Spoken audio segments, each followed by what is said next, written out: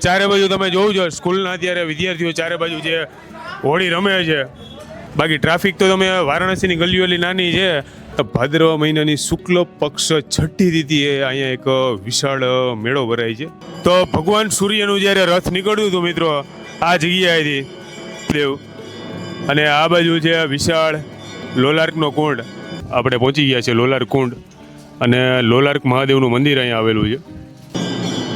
આ મિત્રો કૂવો છે અને આ બાજુ જુઓ તમે આ સંતાન પ્રાપ્તિ ના થતી હોય એ લોકો અહીંયા માનતા માની શકે અને મોસ્ટ ઓફ બધાની માનતા ફળતી હોય છે એવું કહેવાય છે. તો અઠવાડિયાની પહેલાં અહીંયા હોળી શરૂઆત થઈ જતી હોય છે. ગુજરાતમાંથી મેં બહુ ઓછા એવા ક્રિએટર જોયા જે ગુજરાતમાં અથવા તો બહાર નીકળીને ત્યાંની સંસ્કૃતિ ખાણીપાણી તહેવાર.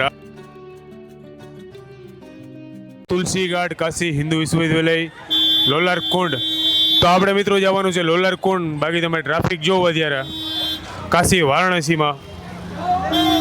તો કેમ છો મિત્રો, સ્વાગત છે તમારું એક નવા બ્લોગમાં. અને ચારે બાજુ તમે જોવું છો સ્કૂલના અત્યારે વિદ્યાર્થીઓ ચારે બાજુ જે હોળી રમે છે અને આ છે મેઇન ગેટ જ્યાંથી આપણે જવાનું છે.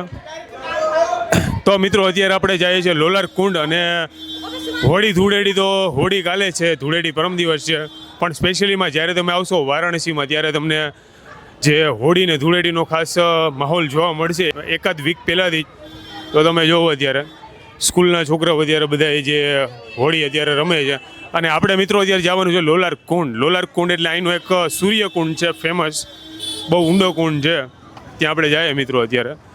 અને અહીંયા ઇમ્પિરિયલ સ્કૂલ કે જ્યાંથી મોસ્ટ ઓફ અત્યારે, અને હું તો મિત્રો 2-3 દિવસથી જોઉં છું અત્યારે કે સ્પેશિયલી અહીંની જે હોળી છે કાફી ફેમસ.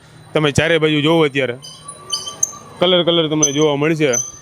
આ છે મિત્રો ઇનક્રેડિબલ ઇન્ડિયાની ખૂબસૂરતી. વીક પહેલાંથી જે તહેવાર છે તેનો માહોલ ચાલુ થઈ જાય છે અત્યારે. બાકી ટ્રાફિક તો તમે વારાણસીની ગલીઓલી નાની છે, તમને આ ટાઈપની ટ્રાફિક તો રહેવાની જ છે હંમેશા.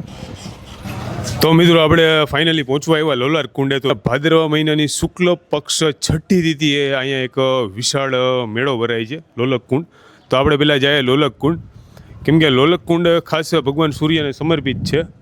અને કહેવાય છે કે લોલ એટલે જે અચળ હોય છે અને જે સૂર્ય એમ કે જે હલતો હોય જે સૂર્ય હોય છે તેનું એક સ્થિર જગ્યાએ કોઈ સમાપન, તો એ છે લોલાર્ક કુંડ.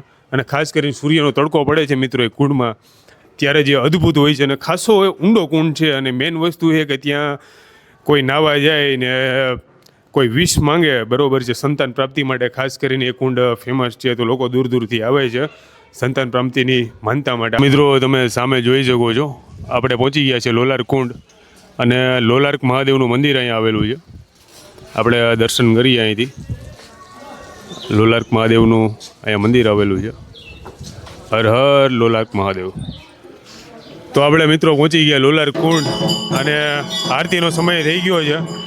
અને લોલાર્ક કુંડની ખાસ આપણે વિશેષતા જોઈએ.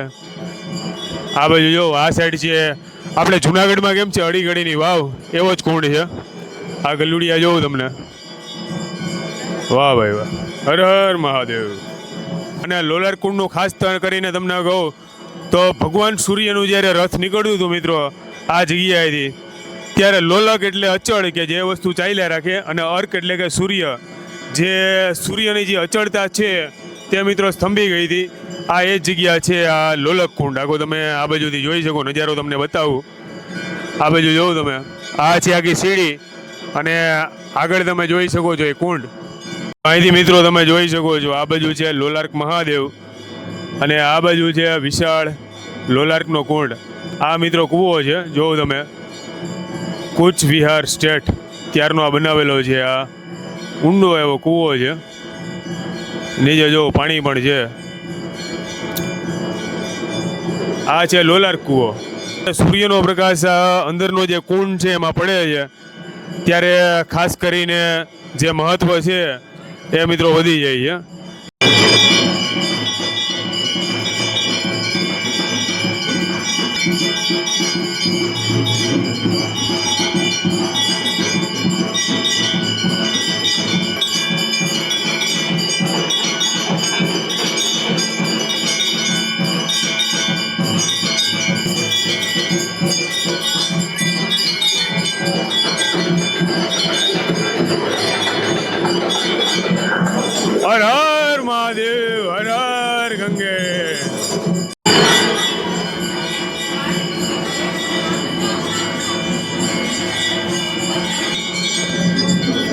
તો મિત્રો તમે જોવો છો આ બાજુ છે મારી પાછળ જે વિશાળ કૂવો, જે આખો લોલાર કુંડનો કૂવો છે એવું કહેવાય છે.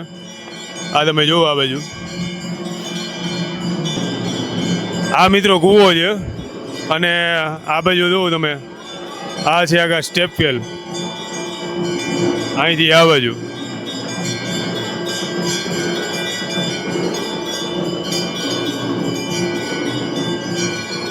અત્યારે મિત્રો આપણે લોલાર કુંડના દર્શન કર્યા. આપણે ખાસ કરીને રાજસ્થાનમાં જેટલી બાવડી જોવા મળે છે વિવિધ, એ જ પ્રકારનું કંઈક કન્સ્ટ્રક્શન છે આ બાજુ. 3 બાજુ રસ્તા છે, એક આ બાજુ છે, એક આ બાજુ છે અને એક આ સાઈડ છે. અને વચ્ચે તમે ખાસ જો તો મિત્રો આ બાજુ છે કુંડ. તો આપણે કુંડના દર્શન કર્યા. હવે મિત્રો આપણે અહીંથી જાશું આપણે જ્યાં રોકાણા છે ત્યાં, કેમ કે ખાસ એક અતિ પ્રાચીન આ જે કુંડ છે કહેવામાં આવે છે કે જેને સંતાન પ્રાપ્તિ ના થતી હોય એ લોકો અહીંયા માનતા માની શકે, અને મોસ્ટ ઓફ બધાની માનતા ફળતી હોય છે એવું કહેવાય છે. તો તમે ગમે જ્યારે આવો વારાણસી કાશી તો ચાહો તો અહીંયા તમે મુલાકાત લઈ શકો મિત્રો.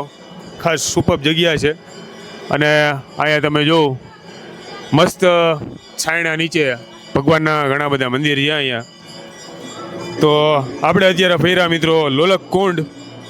અને મિત્રો કાશી વારાણસીનું શું કહેવું, ચારે બાજુ તમે જેટલા રસ્તા તમે ફરો એટલું તમને વિવિધ વસ્તુ તમે જાણવા મળશે, અલગ અલગ જગ્યા તમને જોવા મળશે, અલગ અલગ લોકોને તમે મળી શકશો.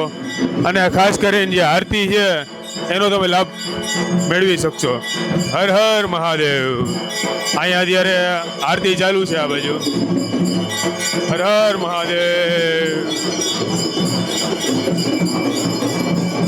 તમે જો આ બ્લોગમાં નવા હોય તો જરૂરથી ચેનલને લાઈક કરજો, સબસ્ક્રાઈબ કરજો. જો તમને વિડીયો ગમે તો તમે તમારા ફેમિલી મિત્રો સાથે શેર પણ કરી શકો. કેમ કે ખ્યાલની ગુજરાતમાંથી મેં બહુ ઓછા એવા ક્રિએટર જોયા જે ગુજરાતમાં અથવા તો બહાર નીકળીને ત્યાંની સંસ્કૃતિ, ખાણીપાણી, તહેવાર, આ તે.